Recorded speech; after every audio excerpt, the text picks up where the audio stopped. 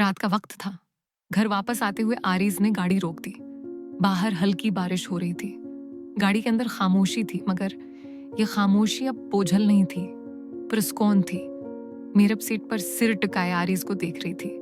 आरीज ने मेरब का हाथ पकड़कर अपने होंठों से लगाया। आज तुमने आफस में जो क्या? आरीज ने मुस्कुराते हुए कहा।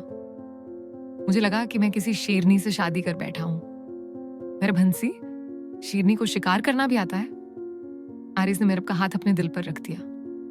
शिकार तो तुम कर चुकी हो मेरब। कब का? आरीज ने गाड़ी स्टार्ट की।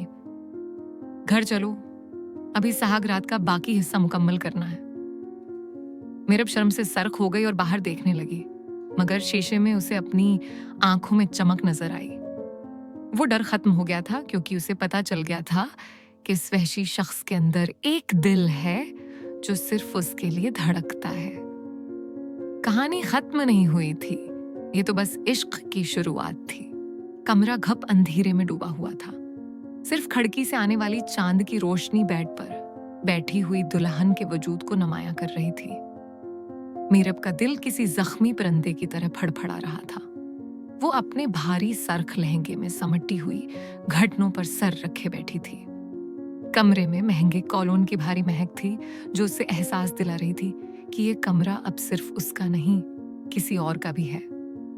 अचानक नीचे हाल में शोर खत्म हो गया। मेहमान जा चुके थे और अब सिर्फ उसके आने की बारी थी। मेरब ने डरते हुए दरवाजे की तरफ देखा।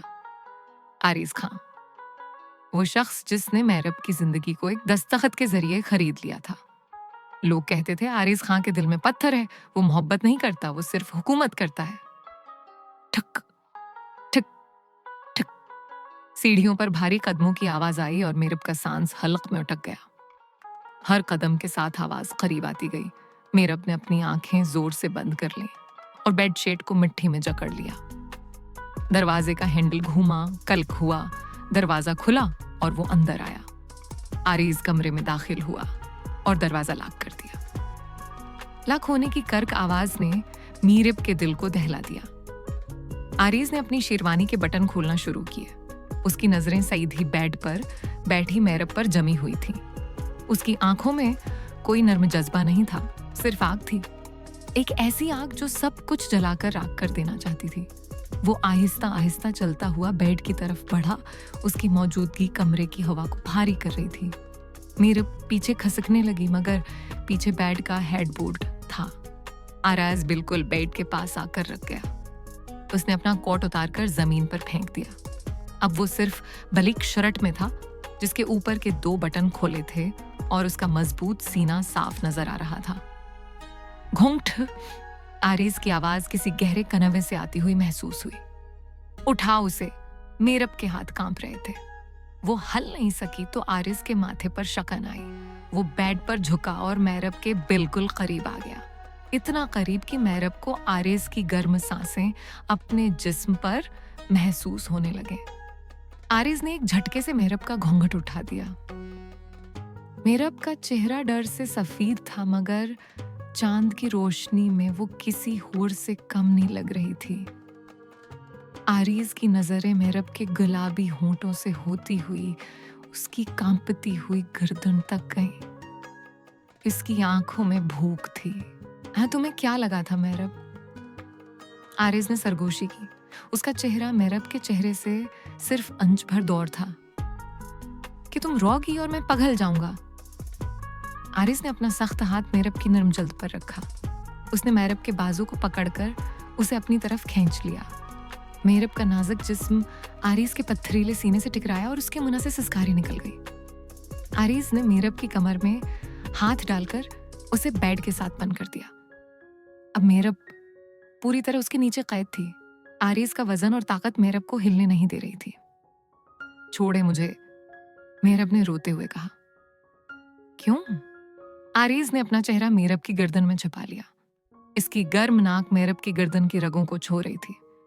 तुम मेरी बीवी हो मेरब, मेरा हक है तुम पर, और आज रात में अपना हर हक वसूल करूंगा। आरीज ने मेरब की गर्दन पर अपना पहला बोसा दिया। मेरब का जिस्म किसी बजली के झटके की तरह अकड़ गया। उसने आरीज को धक्का देने की कोशिश की, मगर आरीज ने उसके दोनों हाथ पकड़कर उसके सिर के ऊपर बेड पर दबा दिया। हिला मत, आरिज ने घुराकर कहा, वरना मैं भूल जाऊंगा कि तुम कितनी नाजुक हो। आरिज का हाथ मेहरब के ब्राइडल ड्रेस की डोरी पर गया तो मेहरब की सांसें अटक गईं। नहीं आरिजा, प्लीज शिश। आरिज ने अपनी उंगली उसके होंठों पर रख दी। खामोश। उसने मेहरब की कमर को अपने हाथ से सहलाया। इसका लम्स आग की तरह गर्म था। मेहरब को लगा जैसे उसका जिस्म पिघल रहा है। डर के बावजूद उसके जिस्म में एक अजनबी सी लहर दौड़ गई। आरिज की गर्म सांसें मेहरब के कान में गूंज रही थीं। तुम्हारा ये डर, ये कांपना मुझे पागल कर देता है मेहरब। आरिज ने मेहरब के कान की लो को अपने होंठों में ले लिया। मेहरब ने आंखें बंद कर लीं और अपनी गर्दन पीछे गिरा दी। कमरे में सिर्फ उनकी भारी सांसों की आवाज थी। आरिज ने अपना चेहरा उठाया और मेहरब की आंखों में देखा। इसकी नीली आंखें अब स्याह हो चुकी थीं। मुझे देखो मेहरब। आरिज ने मेहरब का चेहरा पकड़कर अपनी तरफ किया। आज तुम भी मेरे सिवा किसी और के बारे में सोच भी नहीं सकते। और फिर आरिज ने दरमियान का फासला खत्म करते हुए मेहरब के होंठों को अपनी मिल्कियत बना लिया। बाहर तूफानी बारिश हो रही थी, मगर असली तूफान उस कमरे के अंदर आया हुआ था। सुबह की तेज धूप खिड़की के भारी पर्दों से छनकर मेहरब के चेहरे पर पड़ रही थी। उसकी आंख खुली तो उसे अपने पूरे जिस्म में एक मीठा सा दर्द महसूस हुआ। कमरे का मंजर रात की कहानी सुना रहा था। बेडशीट बुरी तरह सलोटों से भरी हुई थी। जमीन पर मेहरब का हीवी ब्राइडल ड्रेस और आरिज की शेरवानी बेतरतीबी से पड़े थे। मेहरब ने घबराकर अपने बरहना कुंधों पर चादर खींच ली और डरते हुए साइड पर देखा। जगह खाली थी, आरिज वहां नहीं था। मेहरब ने एक गहरा सांस लिया। उसे लगा वो आजाद हो गई है, मगर तभी वॉशरूम से पानी गिरने की आवाज आई। शावर चल रहा था। मेहरब का दिल फिर से जोर से धड़कने लगा। वो उठी और भागकर अलमारी की तरफ गई ताकि अपने लिए कपड़े निकाल सके। उसके पांव जमीन पर टुक नहीं रहे थे। हर कदम पर उसे रात वाला आरिज और उसका बेबाक लमस याद आ रहा था। उसने जल्दी से कपड़े निकाले और चेंज करने के लिए वॉशरूम के दरवाजे की तरफ बढ़ी, ये सोचते हुए कि वो दूसरे वॉशरूम में चली जाएगी। मगर किस्मत को कुछ और मंजूर था। जैसे ही वो दरवाजे के पास पहुंची, दरवाजा खुल गया। वॉशरूम से गर्म पानी की भाप का एक बादल बाहर निकला और इस धुंध में से आरिज खां बाहर आया। मेहरब के कदम वहीं जम गए। इसकी आंखें फट्टी की फट्टी रह गईं। आरिज ने सिर्फ एक सफेद तौलिया अपनी कमर पर बांधा हुआ था। उसका चौड़ा और वर्जिशी सीना पूरी तरह नमाया था। गीले बालों से पानी के कतरे टिपक कर उसके सीने के बालों में उलझ रहे थे और वहां से होते हुए उसके सुक्स पैक एबस पर फंसल रहे थे। हर कतरा मेहरब की सांसों को रोक रहा था। आरिज के बाजुओं पर पानी चमक रहा था। वो किसी यूनानी देवता की तरह लग रहा था, ताकतवर और प्रकाश। मेहरब ने फौरन अपनी नजरें झुका ली और पीछे मुड़ने की कोशिश की। मैं बाद में आती हूँ, रुको। आरिज की आवाज अभी भी नींद और नहाने की वजह से भारी और खरदरी थी। मेहरब वहीं रख गई। आरिज आहिस्ता आहिस्ता चलता हुआ मेहरब के पीछे आया। मेहरब को आरिज के जिस्म की ताजा खुशबू अपने होश उड़ाती हुई महसूस हुई। आरिज ने मेहरब के गीले बालों को, जो उसने जल्दी में बांधे थे, खोल दिया। भाग क्यों रही हो? आरिज ने उसके कान के पास झुककर सरगोशी की। इसके गैले बालों से टपकता हुआ पानी मेहरब के नरम कंधे पर गिरा। ठंडा पानी और आरिज की गर्म सांसें। मेहरब का जिस्म सनसना उठा। आरिज, प्लीज कपड़े पहन ले, मेहरब ने कांपते हुए कहा तो आरिज ने एक हल्का सा कहका लगाया। क्यों? आरिज ने मेहरब को कुंधों से पकड़कर आईने के सामने खड़ा कर दिया, जो भाप की वजह से धुंधला हो चुका था। आरिज ने अपने हाथ से आईने को साफ किया। अब आईने में मेहरब का घबराया हुआ चेहरा और इसके पीछे खड़ा नम बरहना आरिज नजर आ रहा था। आरिज ने मेहरब की गर्दन पर से बाल हटाए। वहां नीले और सरख निशान थे, आरिज के जुनून के निशान। आरिज ने उन निशानों को आईने में देखा और अपनी उंगली से उन्हें छुआ। ये देखो मेहरब। आरिज ने मेहरब की आंखों में आईने के जरिए देखा। ये निशान सबको बताएंगे कि तुम किसकी हो। मेहरब ने शर्म से आंखें बंद कर ली। आरिज ने अपना गैला चेहरा मेहरब की गर्दन पर रख दिया। उसकी शियो की हुई खरदरी ठोड़ी मेहरब की नरम जल्द को रगड़ रही थी। तुम्हारा जिस्म, तुम्हारी रूह, सब पर मेरा हक है। आरिज ने मेहरब को पीछे से अपनी बाहों में भर लिया। मेहरब की पीठ आरिज के गीले और ठंडे सीने से लग गई। ये लम्स इतना शदीद था कि मेहरब के घुटने कमजोर पड़ गए। आधे घंटे बाद मेहरब तैयार होकर नीचे आई। उसने हाई नेक सूट पहना था ताकि गर्दन के निशान छिप सके, मगर आरिज की नजरें उसके वजूद को चीर रही थीं। वो डाइनिंग टेबल पर अखबार पढ़ रहा था। उसने वाइट शर्ट पहनी थी जिसकी आस्तीन फोल्ड थी और उसके मजबूत बाजुओं पर रगें अब भरी हुई थीं। मेहरब चुपचाप आकर बैठ गई। चाय, आरिज ने बना दे के कहा। मेहरब ने कानपते हाथों से चाय बनाई और आरिज के सामने रखी। प्याली रखते हुए मेहरब का हाथ आरिज के हाथ से टच हो गया। मेहरब ने फौरन हाथ पीछे खींच लिया जैसे करंट लगा हो। आरिज ने अखबार साइड पर रखा और मेहरब को गौर से देखा। रात को तो बहुत बेबाक हो गई थी तुम। आरिज ने इत्मीनान से चाय का घूंट भरा। अब इतनी शर्म क्यों? मेहरब का चेहरा तमतमा उठा।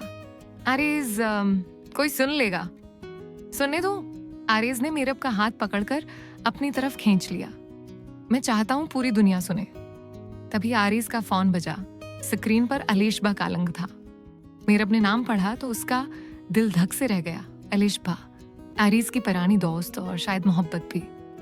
आरिज ने फोन उठाया। हाँ अलीशबा, नहीं, मैं आज आफस आ रहा हूँ, शाम को मिलते हैं। मेहरब के दिल में जलन की एक ऐसी आग लगी जिसने उसके डर को खत्म कर दिया। आरिज फोन रखकर जाने के लिए उठा। वो मेहरब के पास से गुजरा तो मेहरब ने हिम्मत करके उसका हाथ पकड़ लिया। आरिज रख गया और हैरत से उसे देखा। आप आज ऑफिस जा रहे हैं? मेहरब की आवाज में शिकवा था। आज हमारी शादी की पहली सुबह है। आरिज के होंठों पर एक फातिहाना मुस्कुराहट आई। वो झुका और मेहरब के कान में सरगोशी की। जुलन हो रही है मसज खां। उसने मेहरब के गाल को अपनी अंगली से थपथपाया। आदत डाल लो, क्योंकि आरिज खां को बांधकर रखना किसी के बस की बात नहीं।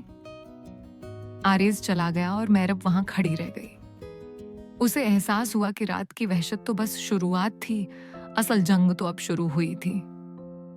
दोपहर के 2 बज रहे थे। मेहरब से घर में बैठा नहीं गया। उसके दिमाग में आरिज और अलीशबा के ख्याल नागिन की तरह डस रहे थे। उसने फैसला किया कि वो आज आरिज को बता देगी कि वो सिकंदर खानदान की बहू है, कोई आम लड़की नहीं। मेहरब ने डार्क ब्लू कलर का सूट पहना, बालों को खुला छोड़ा और ड्राइवर के साथ आरिज के ऑफिस पहुंच गई। ऑफिस का माहौल बर्फ की तरह ठंडा था।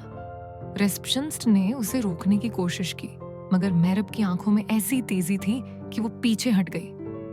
मेहरब सीधा आरिज के कीबन की तरफ गई और शीशे की दीवार से अंदर का मंजर देखा। आरिज अपनी चेयर पर बैठा था और अलीशबा टेबल के ऊपर बैठकर झुककर आरिज को कोई फाइल दिखा रही थी। अलीशबा का हाथ आरिज के कंधे पर था। मेहरब के पैरों तले जमीन निकल गई और जलन गुस्से में बदल गई। मेहरब ने बिना दस्तक दिए दरवाजा खोल दिया। धड़ाम। आरिज और अलीशबा ने चौंक कर देखा। आरिज की आंखों में मेहरब को देखकर हैरत नहीं बल्कि एक शैतानी चमक आई। अलीशबा ने मुस्कुरा कर कहा, वाह, हाय मेहरब, तुम यहाँ? हम दरअसल अहम प्रोजेक्ट डिस्कस कर रहे थे। मेहरब चलती हुई टेबल के पास आई। उसने अलीशबा को नजरअंदाज किया और सीधा आरिज की आंखों में देखा। घर चलिए आरिज। आरिज ने चेयर पर पीछे टेक लगा ली। क्यों? क्योंकि मैं कह रही हूं।